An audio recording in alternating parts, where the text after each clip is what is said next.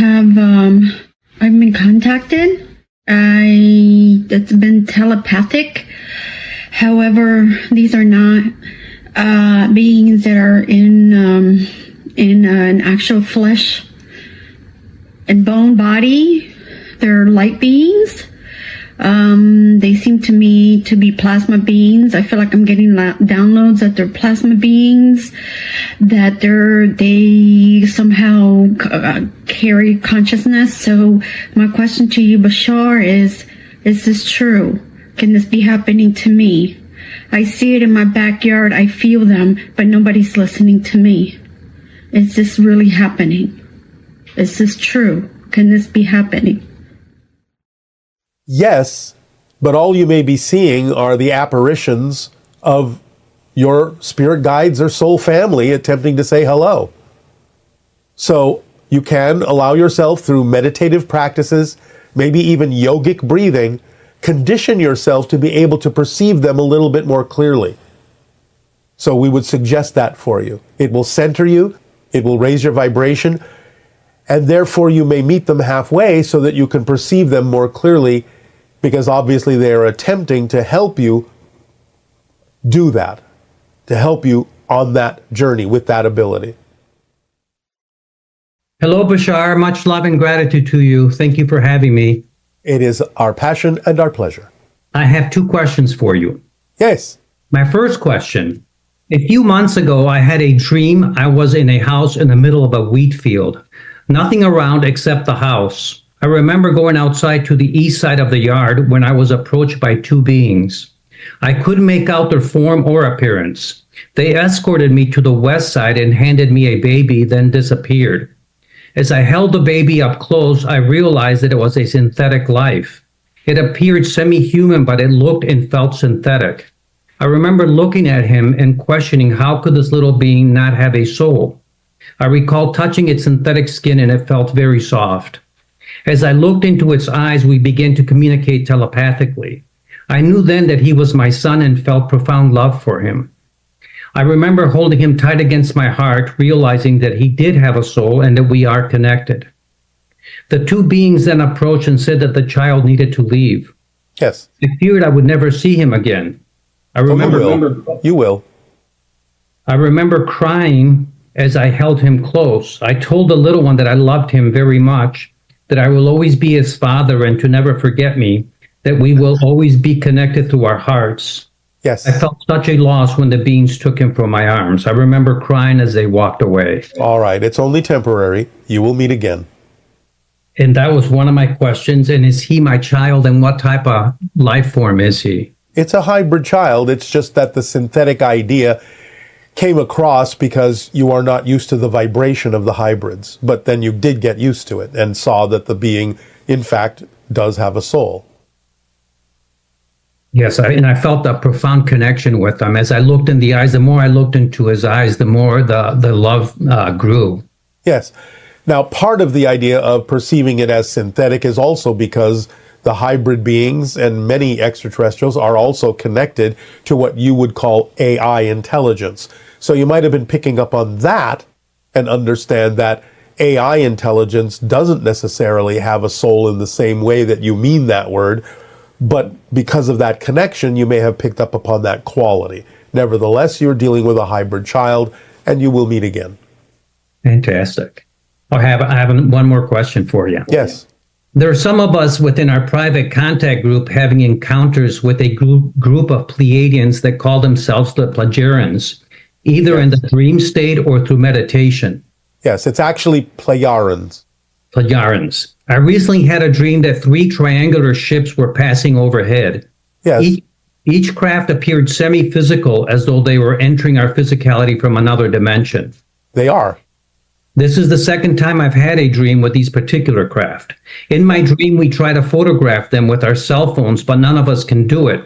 We keep dropping our phones and not able to focus on the ships. Then I'm instantly taken inside one of the craft. I recall seeing male and female beings dressed in blue uniforms. Then I'm back outside observing the ships as they pass over the horizon. Suddenly, I sense an attempt by one of the female beings trying to communicate with me. She seems to be using another being as a conduit to facilitate the connection. She tells me that she cannot communicate with me directly because we are at different frequencies. Yes. She then shows me a 3D picture of this metal rod-like structure with threaded ends, each having different thread sizes. I remember trying to insert different screws to fit the ends without any success. I felt this to be symbolic of a type of conduit, and connecting the right screws would allow for a common ground for communication. Yes. And my questions are, did I make contact with the Plejarians? Is that how you pronounce it? Yes. Pleiadians, Plejarians, same difference. Plejarians, okay. And did I spend time inside their ship? And what's your take on the conduit? Yes. The conduit is a symbol of the idea of making an attempt to connect, but finding something that would act as a connector between your vibration and their vibration. And what would that be? It's the way you interpreted it, but it's also part of their technology. And the screws symbolize? Making the connection, finding the right way to make the connection. Any suggestions on that, Bashar? Open your heart with unconditional love the next time you may have this kind of an encounter, and you will find the right connection. Fantastic. Thank you so much. I appreciate it. Much love and gratitude to you, and thank you again for having me. It is our passion and our pleasure, our unconditional love to you as well. Aveo. Thank you. Good day. Aveo. Good day. Thank you. Hello, dear Bashar. My name is Nadezhda. I have another question about sudden death. What is the mechanism during a sudden death? Does the person know it will leave the body? Is it aware? How is he convinced to leave suddenly his body? Or is the soul being put by somebody out? And by whom? When is it asked if it wants to cross over, before or after dying? Thank you very much. Aveo. Much love. Every soul determines its exit point. So at the time when the soul has determined that its life path has achieved what it needed to achieve in that life, that physical reality, it simply exits. No one is pulling it out. The soul itself is determining that it's done. Now, the exit point has a little bit of a window to it. In other words, it can be within a few years on either side of the actual exit point. So a soul could leave a little bit early or a little bit later, depending upon what it wishes to achieve or if there's unfinished business. But the idea is that every soul determines its exit point, and at that exit point, generally speaking, it will leave of its own accord. It will simply recall itself. It will wake up to the fact that its life path is done according to what it agreed to experience. Sort of like setting an alarm clock in your physical world. It will wake up when the alarm clock goes off. No one needs to pull it out. It simply transitions back into its soul awareness and is guided and met by its own soul family and its friends and councils and angels and spirit guides and what have you, as a timed meeting by agreement, according to what the soul set for itself by agreement. Now, the physical mind may not realize it's about to leave, but the soul knows when its time is up, according to what it initially agreed to experience. So, no real surprise there to the soul. To the physical mind, yes, it may seem surprising. But in a flash of a second, the soul will remember, oh, this is where I decided to exit. And here I am, back in my soul self perspective. Hello, Bashar. How are you? Perfect. And you? I am great. Thank you. It is an honor and a pleasure to speak with you today. Always a passion and a pleasure for us as well. That's wonderful. My gratitude for your transmissions and the formula. They have helped me so much. So my appreciation. All right. What would you like to discuss this day? I would like to talk about time. You've mentioned that all time is here and now. However, we experience time in a linear fashion. Yes. Why is that? so that you can experience the process of change, the creation and discovery of new points of view, which cannot be experienced in a timeless state when you are aware of everything.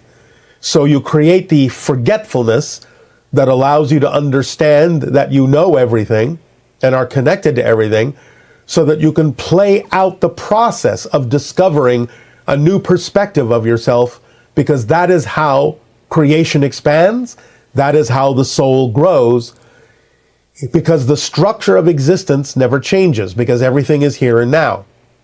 But the relationship to that structure, the experience of that structure, the perspective of that structure is what always constantly changes, which is what allows creation to expand. So you're playing your part in the expansion of creation by creating the experience of linear time so that you can discover something new from a new perspective through the process of discovery, through the process of change, rather than things simply being instantaneously there. Does that answer your question sufficiently? Let me ask a follow-up question. So Yes. from the process of change, is that from remembering our past and thinking about how we want to be right now in our present, and so that's bringing up change? Yes. By making the comparison that you have created in linear time with the idea of a progression from past through present to future, you give yourself the perspective necessary to experience a process of change. Okay, so In that process, you learn many different lessons that you otherwise wouldn't learn in the same way by being in instantaneous existence. okay, so one of our experiences with coming down into a physical body, or having the soul create a physical body for us, is for us to experience that. So if we wanted to experience time the way you do in our physical bodies, is that even possible? To some degree, you can, but it will still be only that which is relevant for your physical experience, although you can expand it a bit. But let me give you another analogy. Look at it from a story structure point of view. How would you feel about a story that you were eager to hear or to see if it began once upon a time and then suddenly said, and they lived happily ever after? You would go, well, what happened in the middle? Right. So, by having physical linear reality, you get to experience the process of getting to happily ever after from once upon a time. Otherwise, there's no story, there's no adventure, there's no lesson, there's no learning, there's no growing, there's no changing. Okay, that makes sense. So this might be related to it, but maybe different perspective. In Yes. a previous transmission, you were discussing 9 levels of consciousness, and Yes. you talked about how the Oversoul does not require a lot of space, and it experiences time in a multidimensional way. Yes, what we call simultaneous time. Now, in physical reality, you experience linear time. On the soul, individual soul level, you experience intermittent time, because you can experience either linear time or instantaneous time. But on the oversoul level, it's instantaneous, simultaneous time, where you have multiple experiences being experienced all at once. In the same way, again, by simplistic analogy, as if you were watching thousands of television screens and capable of understanding every single story being told on every single one of those screens all at once. That's the oversoul perspective. Okay. And then what did you mean by it doesn't need a lot of space? Well, the idea of collapsing time down to an instantaneous single moment is the same thing as your Einstein discovered, because space-time is one basic thing, just two different, shall we say, effects of the same idea. So collapsing the time collapses the space. No space is required, because again, space is also an illusion. It's a real experience that you can create, but it doesn't really exist in the way that you think of it as an actual place. Distance is an illusion. There's no distance between anything. Everything is here and now. Therefore, it's collapsing space as well as time, because that's the here component of the here and now. If now is collapsed, so is here. That makes sense. Okay. So speaking of the oversoul, you described it as the hand and the fingers as the individual souls. Yes. Does each individual soul have multiple physical beings associated with it? Over the course of time, it can appear that way, and that's what you typically refer to from your linear perspective as reincarnation.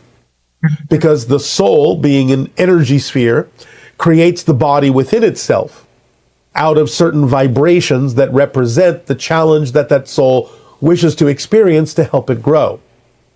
When the soul returns to its full form, its full shape, in other words, when the physical body has quote-unquote died or expanded back to the idea of the soul perspective, then it can choose different vibrations to create a different personality, to have a different experience, linearly speaking.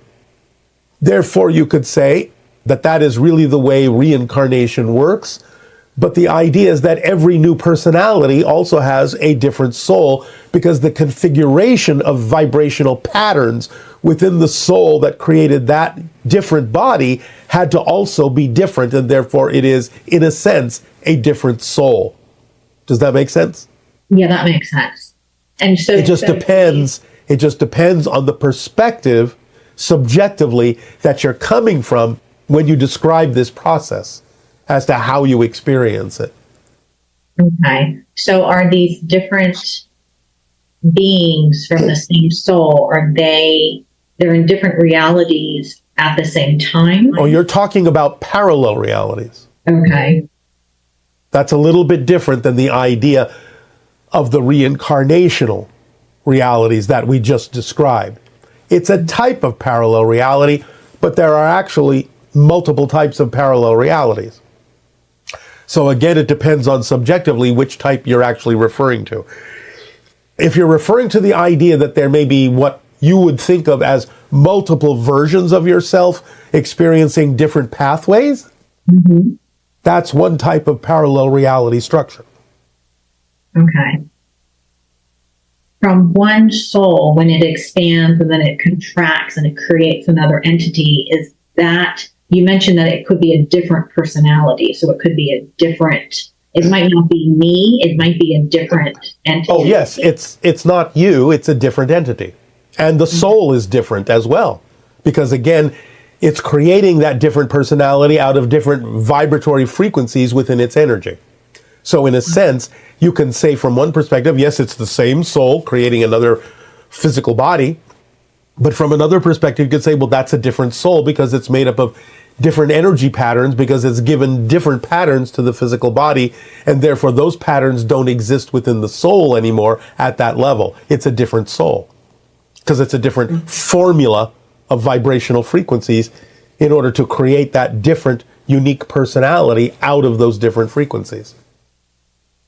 And then do animals and humans come from, I know they're different, do they come from the same soul? A soul is an individual thing. Okay. Animals have their own souls. Okay.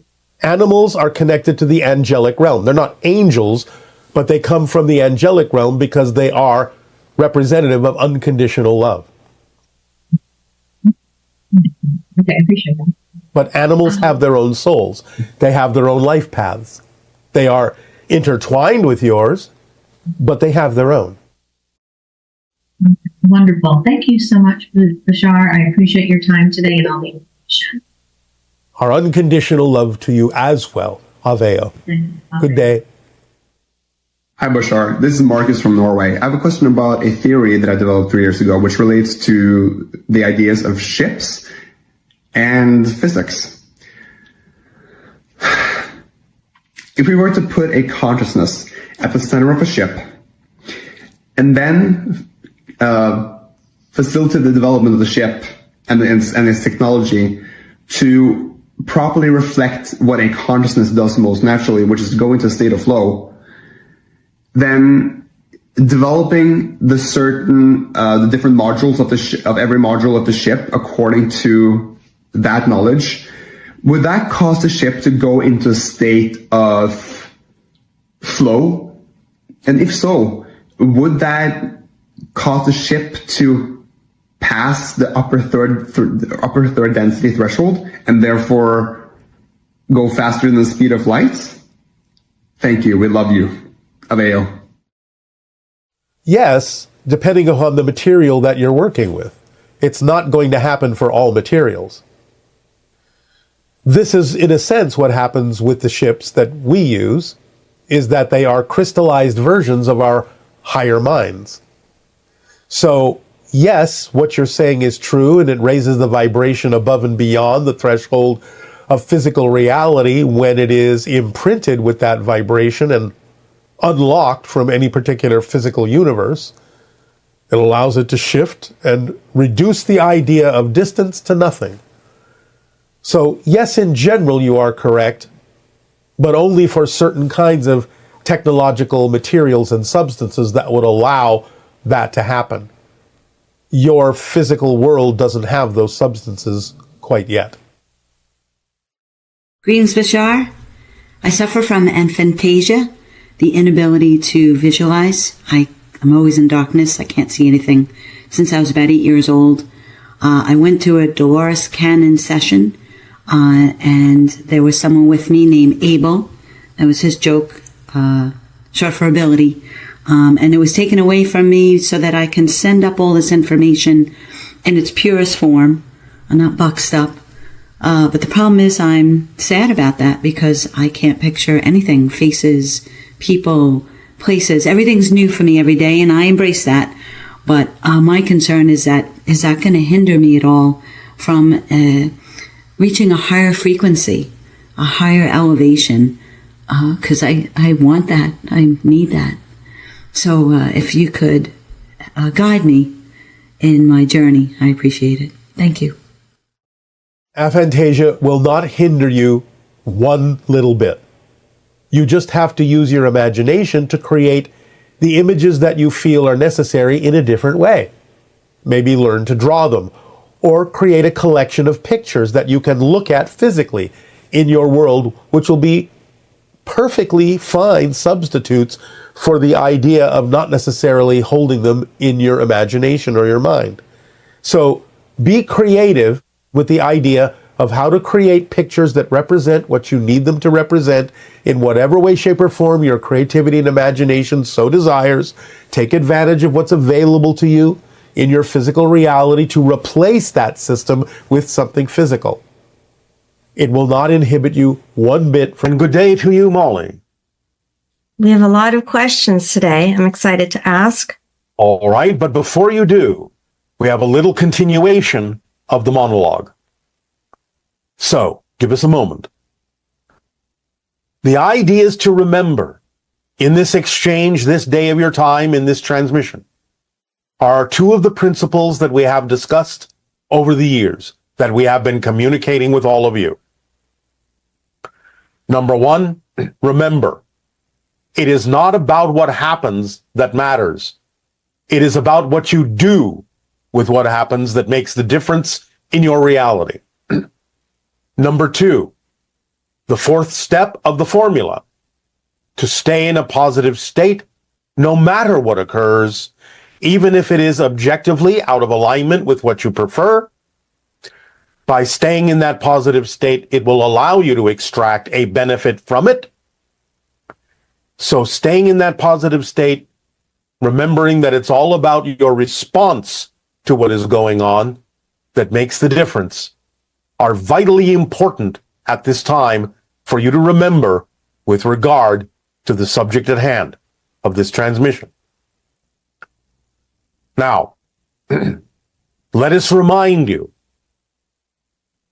that when we spoke in Sedona, in that transmission, and we referred to female and male energies, we were talking about energies, not necessarily the idea of specific people.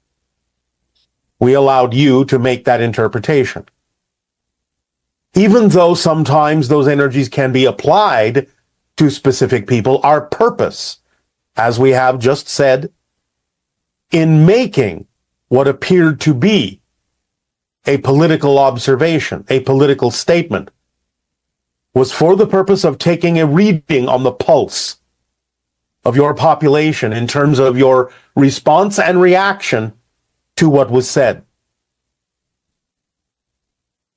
The idea, therefore, is that our Interstellar Alliance Council has now been in deep discussions for quite some time, since that transmission, about the differences that may occur in the upcoming years with regard to contact, not based on any political elections on your planet, but on your responses to the comments that were made.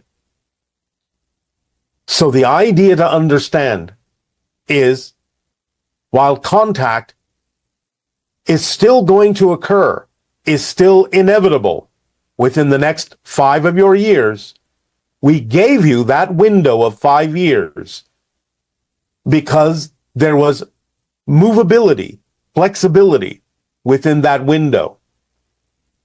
Due to reactions and responses that we received and picked up and observed in the collective energy of your society with respect to the comments that were made in our transmission, we have determined that there is now a high degree of probability that what we first suggested would occur at the end of your 2026 and the beginning of your 2027 may now occur somewhere more around your 2028 or 29.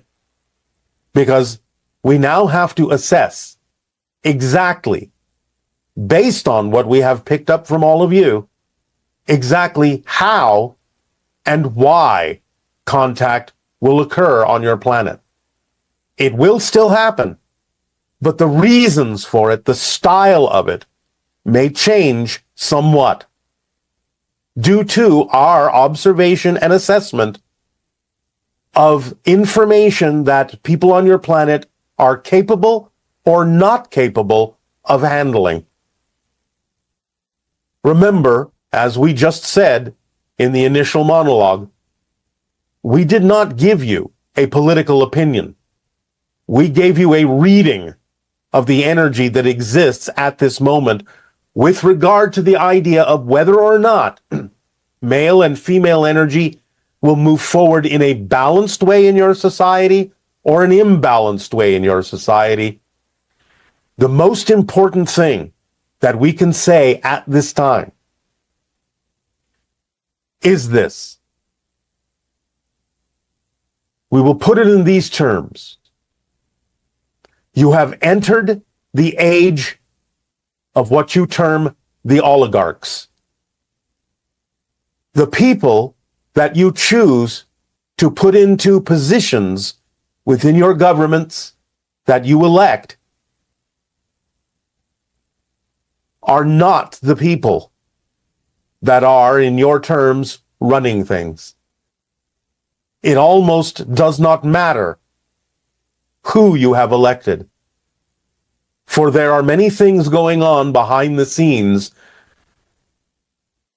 that will come out in certain ways at certain times that will allow you to recognize how your world is really run and allow you the opportunity to work together, to talk to each other, to finally communicate instead of divide, instead of being divisive, instead of sticking to your own opinions, instead of basing them on fears, to finally break down the barriers and allow yourself not to be on one side or the other of the glass wall that creates the splitting prism, but to be the glass wall, to allow communication to flow in both directions, to get at the crux of the issues deep down and to not be afraid to talk to each other, to discuss with each other, to learn from each other, to hear each other, to commune with each other. Remember, you are all on the same planet, even if you are in different realities. We have talked about the idea of multiple variations of Earths, so do not be confused by this phrase. The idea in your minds is that you have one world, and it can be experienced that way even if you are in different realities as individuals. It can be experienced positively as one world if you allow yourselves to begin to truly talk with one another, to communicate with one another on a deeper level, to go around and get past your fears of what the others in your lives may think, may believe. It's about the idea of being willing to open up communication and making that the most important thing in your reality so that you can express your true self-empowerment as you move forward toward open contact. So even while our Interstellar Alliance is having a discussion on our end about how, where, when, and why contact will occur, inevitably, in your realities, all of your realities, the idea is that you must also convene discussions, communications, and have consensus on a very important level, regardless of the differences you may have in your perspectives. It's all right to be different. It's all right to have different points of view. It's all right to be yourselves, but you must make sure that those perspectives and those points of view are not coming from negative or fear-based beliefs. Find within each other the positive aspects of each other's perspectives. Learn, talk, discuss. Do not be afraid. Be open, be kind, be gentle. This is the most important thing. And to that end, as the presentation in Sedona initially of the description of how open contact may occur was the 7th step in the Interstellar Alliance social experiment, this is the 8th step. The learning to talk, the learning to communicate, the learning to dig down and to not be afraid, to share, to discuss, to see what is truly in your heart of hearts and how you have more in common than you think. Allowing yourself to come together, to move together, and to move forward in this way will allow open contact to occur in the most positive and constructive and beneficial way possible. Because it is, at this point, no matter what, it is inevitable. For there are many reasons for it to be so. Now, we will say one more thing before you begin your questions. The 8th step also includes a brief communication at the end of all of your questions today.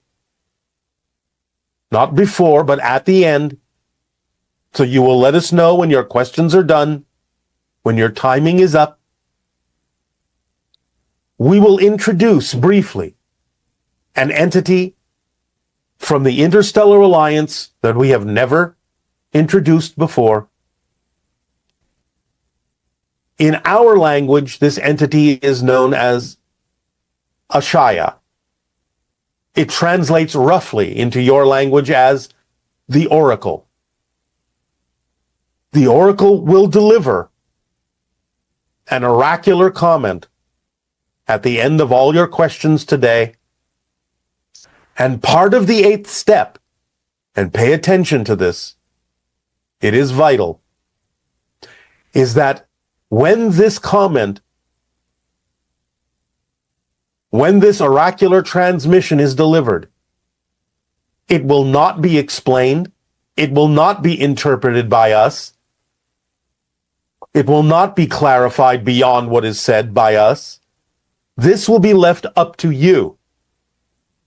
This will be another test, another observation of how you decide in working together to interpret what the oracle will have said. When this transmission occurs, it will be repeated 3 times. We would strongly encourage you to actually write down what the oracle will say, so that there will be no confusion and no misunderstanding of the actual wording of that transmission. But the interpretation, the clarification, the understanding or misunderstandings will be left up to you to have, and ideally will spur conversations among you, not only with those who may believe and see as you do, but with those who do not. To truly understand that you are in the same boat, all of you. There is something bigger than all of you, something bigger than your political divisions that is about to occur in your reality, that is coming up in the near future, that has to do with the ramifications of what contact actually means on your planet. And like I said in the initial monologue, the fact that we have made a comment you perceive as political will not be done again. We will now focus only on the idea of what you need and what you require and how you will benefit from understanding more clearly the information that we have delivered to you for many years about things like the principles of the formula and how you can create your reality to be more in alignment with your true essential frequency. For there is no more point and no more readings and no more observations that need to be made. The Interstellar Alliance Council has all the information it needs now to make an assessment of exactly how, when, and why contact will occur. And when we talk about the idea of open contact, we mean simply for those portions of your civilization that have not been experiencing what you would call public open contact in its history for quite some time. We have already reminded you that there are many indigenous civilizations and cultures on your planet that have been experiencing contact for generations. So when we talk about the idea of open contact, we mean for the entirety of the cultures on your planet, for no one to be left out and nothing to be left out. So, allow yourselves to rest easy, to take a deep breath, to move forward in peace, in love, in harmony, and again, most importantly, in communication. To talk with one another, to be okay with differences, but to not be insistent or resistant or headstrong about your point of views. Find the deep commonality between why anyone with any perspective desires what they desire. For the real reasons, the true underlying reasons, aside from the political or social or economic expressions of them, or even the religious expressions of them, the true underlying reasons will unite you. It is important for you to be united in approaching open contact. For again, when it occurs, we will be involved in every aspect of your society, every single one. You will interweave with us. We will interweave with you to become one society eventually. That is what joining your galactic family means. So, be prepared, be aware, be awake. So now I remind you the two principles: staying in a positive state, and it's how you respond to what happens that makes a difference.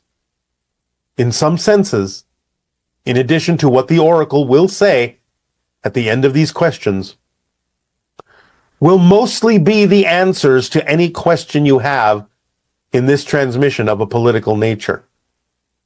So be prepared for extremely brief responses to any question that may concern your politics, because we have already addressed, in whatever way we need to, the idea of anything you may be asking that has to do with your elections and your politics. So pay attention to what we've already said, because those are your answers, and those are the only answers we are going to give from this day forward with regard to that particular topic. So please now, if you will, in return for the gift you are giving us of allowing us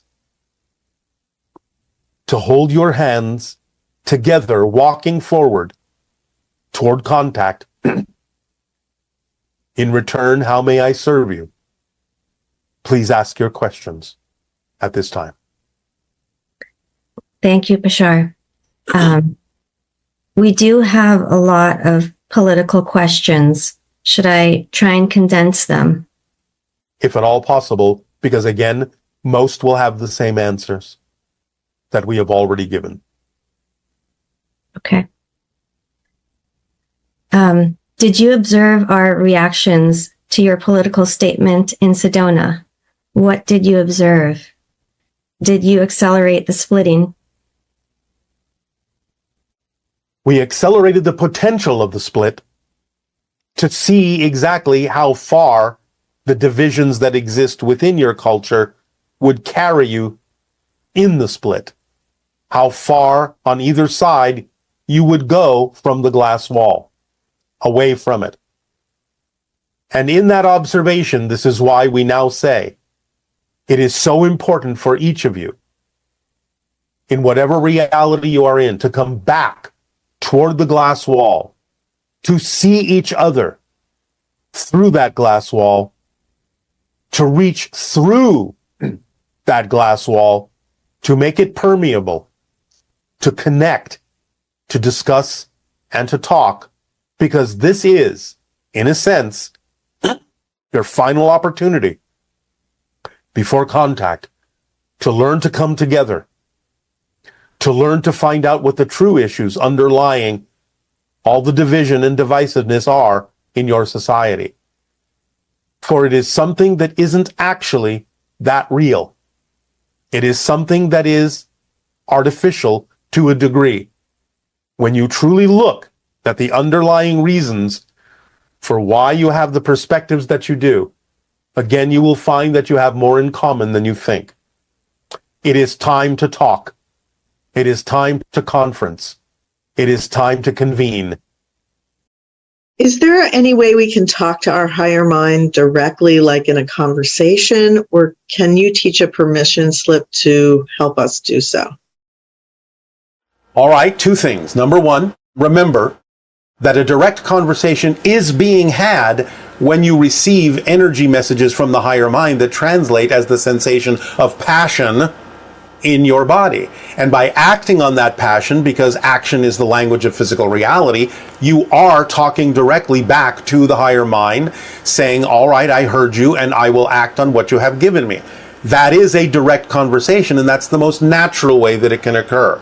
However, number two, as we have often said, when you are speaking with us, you are actually speaking with your higher mind, using us as a reason to speak to your higher mind in a way that you're used to having conversations.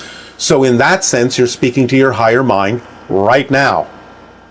And any other being that can perform the function of functioning as a mask for your higher mind can allow you to have a typical conversation with your higher mind in that same context. You can even, again, use us as an excuse to talk to your higher mind by saying things like, when you find yourself challenged, what would Bashar say? What would Jesus say? What would Buddha say? And you can, in your imagination, then have the conversation if you truly understand what kind of response such beings as myself and the others would give to you, then that can actually be a response coming from your higher mind, again, using us as a way of triggering the conversation that you can have with your higher mind, pretending that you're talking with us. Because we are happy to form and function as a representation of your own higher mind to make it easier for you to know that it's easy to connect, it's easy to have a conversation. But going back to the first idea, it's a much more natural way and a much more fluid way, and it keeps you moving through life to simply accept that the more natural conversation between you and your higher mind is one of receiving the information in an energy form that allows you to feel the passion that gets you to move forward and take an action in that direction. And the level of the higher mind that you're describing, that you can have these conversations with, what would be the frequency range of that consciousness level? Above 333,000 cycles per second. All the way up to? Well, it depends. The higher mind can have quite a large range to it, depending upon what it needs to adjust its frequency to tap into information that the physical personality may need. It's not, however, unusual for the general range to be, and we understand that this appears in your reality as a kind of a multiple synchronistically, but it can go from about 333,000 cycles per second, normally, generally, with exceptions, up to about 666,000 cycles per second is usually all that's necessary. Beyond the 666,000 cycles per second, you're now getting into the range of the soul, which can go up to about 777 cycles per second, thousands, of course. And then the oversouls are usually above 777,000, maybe up to 999,000. And again, these are all convenient figures for you that relate to your physical reality as you understand how vibrations exist hierarchically to represent different levels and layers, and there can be different ways of looking at this. So don't get stuck on these numbers. We're giving you a generalization in the same way that you could say, well, where does the air end and where does space begin, or where does water begin and ice begin? There's some fluidity to these barriers and these gray zones, so to speak, as to where transitions are made. But I'm giving you a general understanding of these things that can serve you in the way that you need to be served for now. Great, thank you. Yes. Could you tell us some more information about counterparts? What are the most common and important reasons and purposes to meet counterparts in one's life? Is it to work on themes or to assist and support each other? Do we often fall in love with a counterpart and feel a sense of great familiarity when meeting them? And what specific emotions might we have when we meet them? Do you have any advice on how we can recognize counterparts? Are there specific traits? In some senses, yes to all of it in general, because it can be any and all of those things. It doesn't have to be.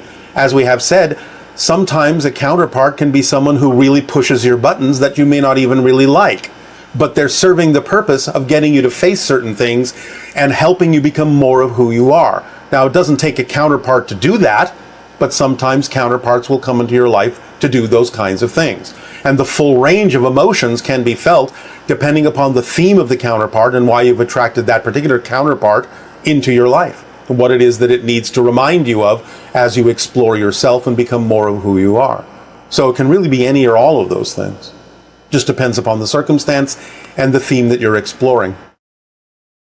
Okay, thanks. This person is asking, how do I find my excitement? How can I help others find their excitement? As we have said quite often, start small. Again, when we say follow your passion, follow your excitement, it's not a difficult thing to find at all. Asking the question today must obviously in some sense have been important to you, been part of your excitement to ask this question. So it's not hard to find that question. And therefore look around at the ordinary, as you say, typical things in your life that you're capable of acting on. Taking a walk, reading a book, eating a meal, talking to a friend, seeing a movie, what have you.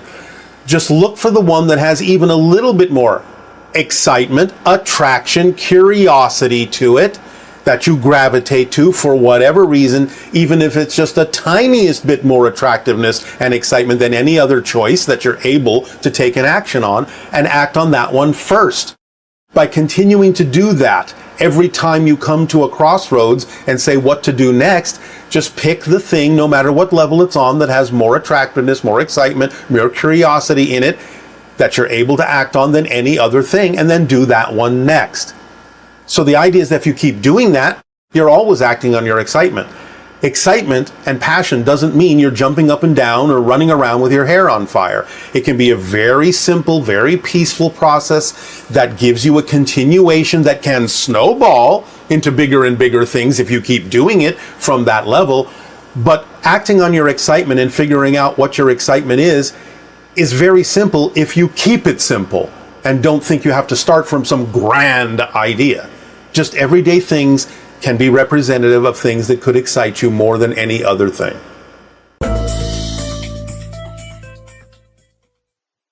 Good day. Good day. The title of this transmission is How the Oversoul Works. We are going to explain a little bit about the different levels of oversoul that can exist. Sometimes this has come up as a question of reincarnation, where a question has been asked about the idea of whether or not people reincarnate, but also whether or not, as has been said in some of your stories and some of your legends, people can reincarnate as different things, such as animals or insects or plants or what have you. Now, as we have said, time, in a sense, is an illusion. And therefore, no one really reincarnates in the classic linear sense, although you can create an experience or an appearance of reincarnation. But this is primarily viewed from your linear perspective, so it just looks like it works out that way, where one life happens after another, after another, after another. But that's not actually mechanically, as we have explained, what's happening. Because everything exists at once. Everyone, everything, everywhere, every when, all exists at the same time. Therefore, being that everything does exist at the same time, what you are actually experiencing are cross connections, energetic links to other beings that exist at the same time you do, in the same moment that you do. And by making those links, but coming from a linear perspective, you're interpreting those energetic links along which information is being downloaded to you, experience is being shared with you, and you might be sharing your experiences and information with these other beings at other times in your so-called history, past or future. And you interpret that information sharing as if it's a memory, as if it's something from the past, as if you, as the individual you are, lived before. The soul that you are lived before. Again, this is not the case. All things are happening at once, but you interpret those links in a past, present, future sort of way from your linear physical reality perspective. Now, recently the question was asked that an individual experienced a synchronous event with regard to certain animals and wondered, after members of their family had passed into spirit, linearly speaking, were these animals a reincarnation of those individuals, because it seemed to them that the behavior of the animals somehow reflected the people that had passed on, that they were, in a sense, messages from those people. Now, in a sense, this can be so. But again, it's not that that person came back as an animal, reincarnationally speaking. Again, the Oversoul contains all of these things simultaneously. The human souls, the animal souls, the plant souls, insect souls, what have you. All at once, on a larger scale, the larger, higher version of an Oversoul. And there are different levels to this, or can be. There can be an oversoul of human souls. There can be an oversoul of animal souls, an oversoul of plant souls, insect souls, even rock consciousness. But the idea is that there can be these oversouls that are differentiated specifically for those groups, but there can be a greater oversoul that encapsulates all those things, the oversouls of the collective of any given world, or even oversouls of collectives of many different worlds, or galaxies, or universes. So on the level of the oversoul, that is something that also can contain the human souls and the animal souls and the insect souls and the plant souls and the rock souls, soul equating to the idea of awareness or consciousness in some way, shape, or form, then the same oversoul extension that might have been a human that was alive with you, linearly speaking, can also send an extension of an animal soul from the same level, from the same collective oversoul. And it will contain a frequency of energy, a signature vibration that will let you feel as if it's coming from the human soul that you knew as a physical being, but it's simply the same oversoul sending another extension from itself as an animal that contains a similar vibration enough to recognize it as coming from the same oversoul. Because it's all about the idea of recognizing the vibration of the theme of the human. Themes can definitely cross into human extensions, animal extensions, plant extensions, what have you, so that you can recognize the commonality of a theme vibration that exists for the human, for the animal, for the plant.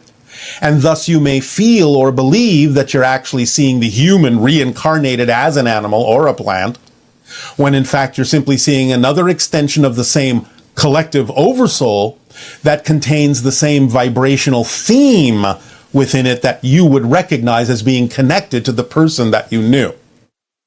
So you have to realize how many levels the oversoul can exist in, how many different ways it can express itself depending upon that level.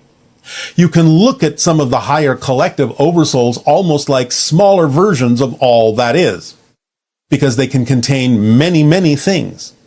Now again, this doesn't mean that just because they're extending one thing that all the others are just sort of waiting in the wings. Remember, time is an illusion and everything is happening at once. So all these expressions of an oversoul, all the different versions of the souls that they may represent, are going on at the same time, all living, all expressing themselves in the same moment, without a time factor that you would recognize as linear. So it's not like any of these are idle, waiting to be extended.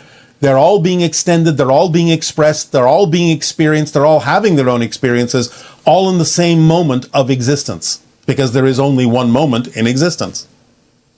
I know that this can be a little bit challenging for third dimensional and fourth dimensional beings to wrap their minds around, but that's all right. You will, as you ponder this, simply get the hang of it eventually. And it's not that important that you do in terms of your daily lives, but it's important to understand how things work, mechanically speaking, energetically speaking, so that there is no confusion in your definitions about what's happening. So you can understand that something can be created as a reincarnational experience, as if it's the person you knew coming back as an animal or a plant. But simply understand mechanically that that's just an experience that you're being given so that you can recognize the thematic connection between these things, have some familiarity with the messages being delivered to you coming from that oversoul, but that all these things are separate unto themselves. All these things are having their own individuated experiences as humans, as animals, as plants, as insects, as rocks, as whatever. And it's all happening at the same time mechanically. But the idea of whatever it is you're receiving as a linear experience is important for you to recognize the synchronicity therein and the connections therein that are allowing you to recognize messages being delivered to you in some way, shape, or form by the same oversoul that delivered the soul, the individual human soul that you were familiar with, and simply reaching out to you in another way that is symbolically representative of what the human soul may wish to send you, if they wish to do it in that way, or the oversoul wishes to do it in that way. That would be representative synchronistically of a symbol that works for you, that carries the same theme, but is delivered by a different form of messenger that is also important to recognize in your life as a symbol that works for you, with meaning that you've given it, that you've defined it with, synchronistically in your life to propel you forward in exploring what that symbol means to you.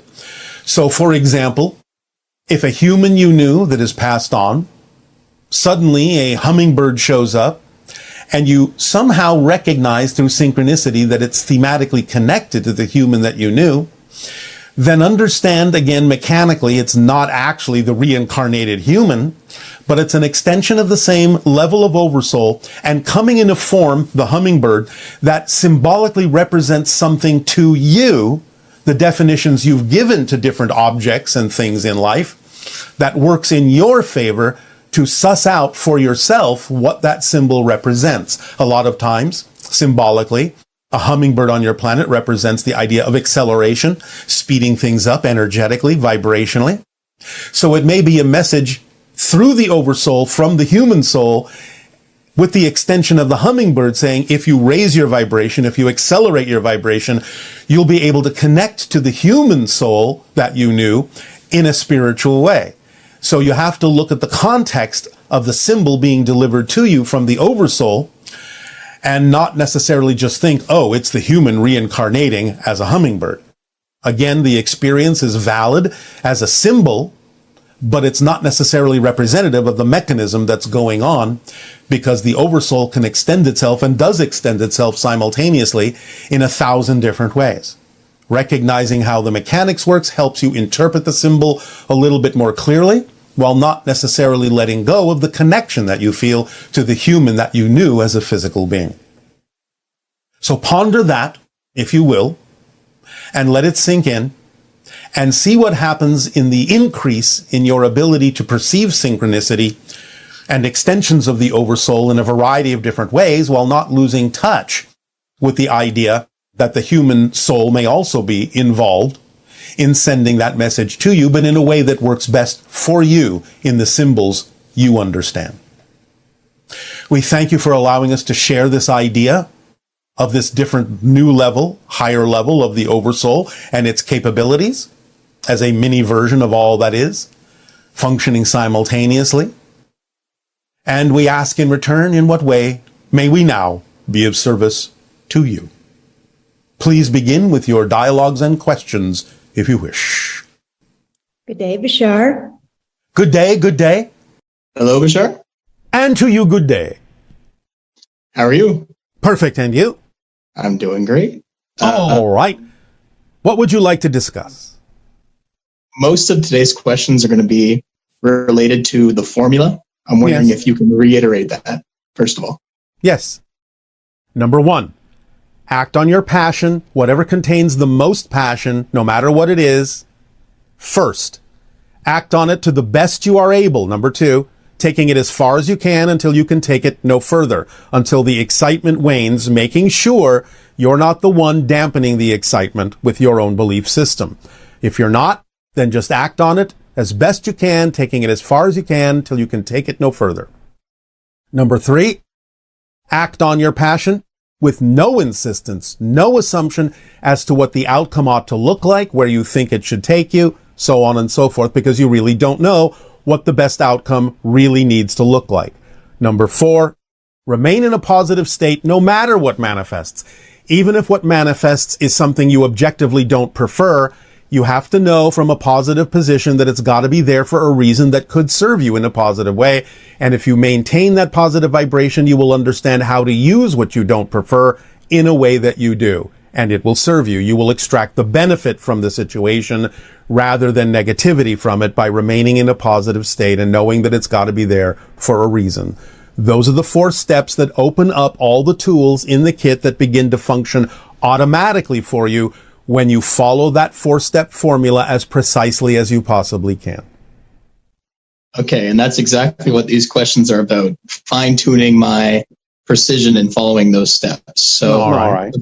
the first question is, when you say excitement or passion, that also means most positive feeling. Is that accurate? It can be.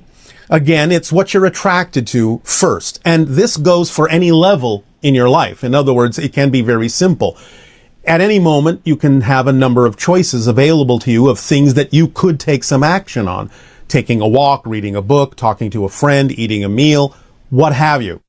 Whichever one seems a little bit more exciting, a little bit more attractive, getting you to focus on it with some kind of idea of that's what feels right now, do that one first, as far as you can take it, until you can take it no further. And just keep doing that every time the excitement wanes or you've completed that particular action.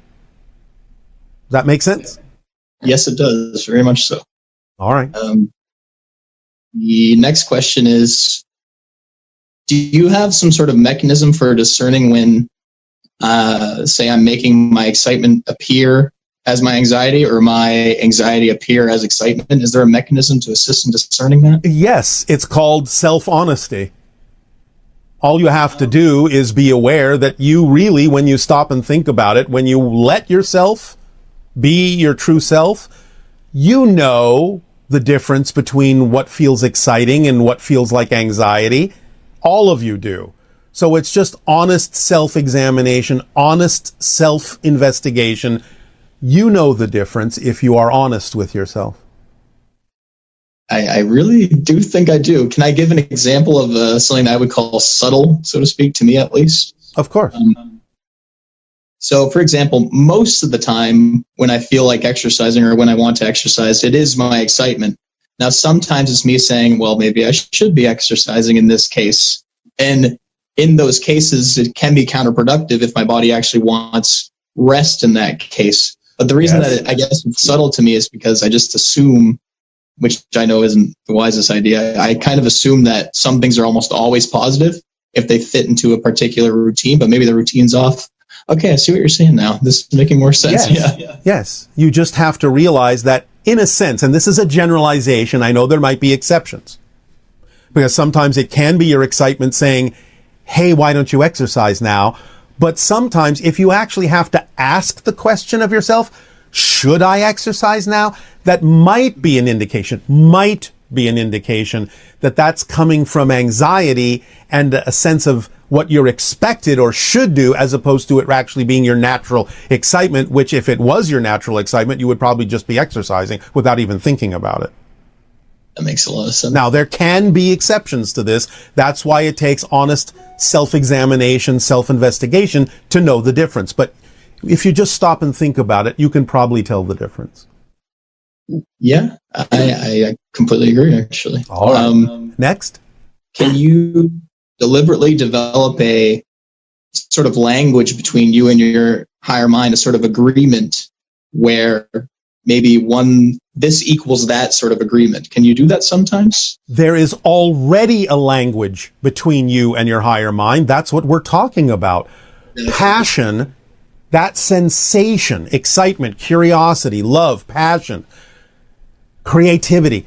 That is your physical translation of the communication from your higher mind, because it's speaking to you in an energy language. But that's how your body translates that energy language. Passion is what lets you know you are being communicated with by your higher mind. And the message is, this is you. This is who you are. Act on this now. That's what the higher mind is telling you when you have that sensation. So there's already a direct communication. Your response needs to be the taking of the action, because the language of physical reality is action, not words. So when you do a physical action, that's when the higher mind knows you have heard it and are responding to it. And then it can send you more messages. Do this next. Now do this. Now do this. By sending that sensation that you translate as passion. Act on this now. Act on this one now. Following that thread of passion, which is the communication from the higher mind. And the more you keep acting, the more you will be given more opportunities to act on your passion. If you're not acting, you're not speaking the language of physical reality, you're not communicating with the higher mind, you're not responding to it in the proper language. And if you're not acting on what it's already said to you, what it's already given you to act on, why should it send you more opportunities to act on your passion if you're not willing to act on what it's already sent you? The communication is already there. That's what we're describing. Okay. That's perfect. Yes. I just had to act on it more, I suppose. Yes. So next question is related to acting to the best of my ability. Yes. Once you're in the activity or in the action, should that be your dominant priority, your primary priority, to be acting to the best of your ability? Why wouldn't it be? Maybe it could be still being in tune with that sensitivity. I guess that would still qualify as acting to the best of your ability. Okay. The idea of acting to the best of your ability also takes into account the parameters that exist in your particular reality, in your society, what you're actually capable of doing while maintaining integrity. In other words, you're not breaking your laws, you're not being unethical, things like that, because your society says we've agreed that these are the parameters that everyone will operate in order to be of service to everyone else and allow everyone to do what they need to do. So the idea is not only in your own personal ability to act, but also to what you have agreed are the parameters that allow you to take an action. That's all you need to understand about act on the best to your ability, taking it as far as you can until you can take it no further. And if you cannot act on it any further because of any of these parameters, that's your first clue that you need to look around for the next thing that contains more excitement than anything else and act on that next. Because whether it seems connected on the surface or not, the excitement lets you know it is connected to your path. Perfect. Yeah, makes sense. So again, relative to best of acting to the best of my ability. Yes. There's a rule that I've heard not a rule, but a suggestion going around, the 85% rule, where you act to the best of your ability to about 85% so that you leave that 15% for sort of being more relaxed and being more receptive. Well, if you want to look at it that way, that's fine. But that's also saying that there's some kind of an assumption that if you act 100% as best you can, that you can't be relaxed. Why would you buy into something like that if you don't necessarily prefer to? That's a great point too. My goodness. Okay. Do it whatever way works for you. But the point is that that's just a way that some people have of interpreting the idea that works for them. But it's not a hard line fact that it is literally accurate in terms of percentages. Acting 100%, really, if you're following your passion, would by definition include your ability to relax, because why would your passion contain stress? Mm-hmm. You follow? That's a misunderstanding of the definition of passion. That somehow you have to shortchange it in order to be relaxed, instead of understanding that you can go full steam ahead, but full steam ahead would also mean that there is the capability of doing that in a way that allows you to be relaxed. Perfect. It's a more inclusive, holistic understanding that the definition is the definition, and a different definition is a different reality. Okay. I agree again. Now, acting as far as you can. So to me, there are three possibilities that I see about this, and one would be until something else is more exciting. Yes. Two would be until it's fully resolved or it's come to full fruition. Yes. So of course there can be more connections and aspects, however, full fruition. And lastly would be if you appear to be stuck and it might be becoming seemingly excessively difficult, perhaps it would be time to do something else. Or first, always first. If your excitement or ability wanes, first examine whether your beliefs are making it appear to wane, or whether it is really waning as part of your synchronicity. Yes. So if it feels excessively difficult, to me, that would mean there's an opportunity to break it down more and see if there's more gradual steps that you could take so that it is easier? Or completely different steps that are more in alignment with the way that works for you. Okay. If you have determined, however, that no such steps exist, and it's truly your excitement waning synchronistically to show you that something else needs to be done, then if you are, again, honest in your self-examination as to whether you're the one dampening the excitement or whether it's dampening on its own synchronistically, then you'll know what to do. Okay. Because many times you could continue to do something similar if you simply allow yourself to do it in a more exciting way. That can sometimes be the message. You may not be doing it in the way that actually works for you, can be creating the difficulty that you experience. That makes a lot of sense. Next question is relative to the expectation or having no expectation or insistence on the outcome. And that is no assumption or assistance.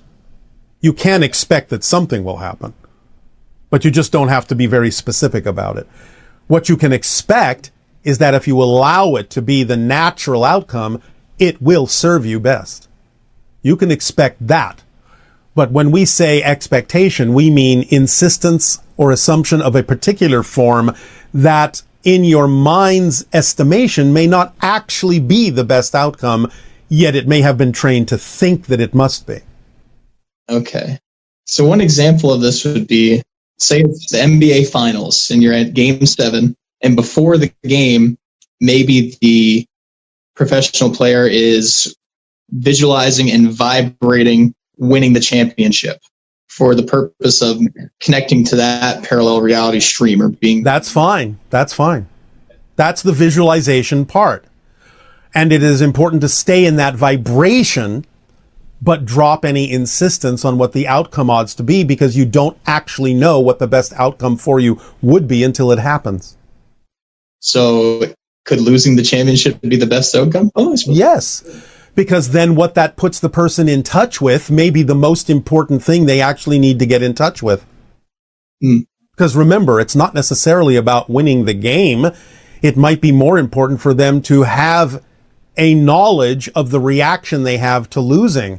Or maybe not winning the game will create a different scenario than otherwise would have happened that would actually put them where they need to be. That's actually more important to them than having won the game and winding up somewhere else. You have to allow yourself to know that what happens is what needs to happen. As long as you are in the state of being that is the best state of being, the state of being of allowing for the best possible outcome, but not insisting what best means, then you're in the proper state. Okay.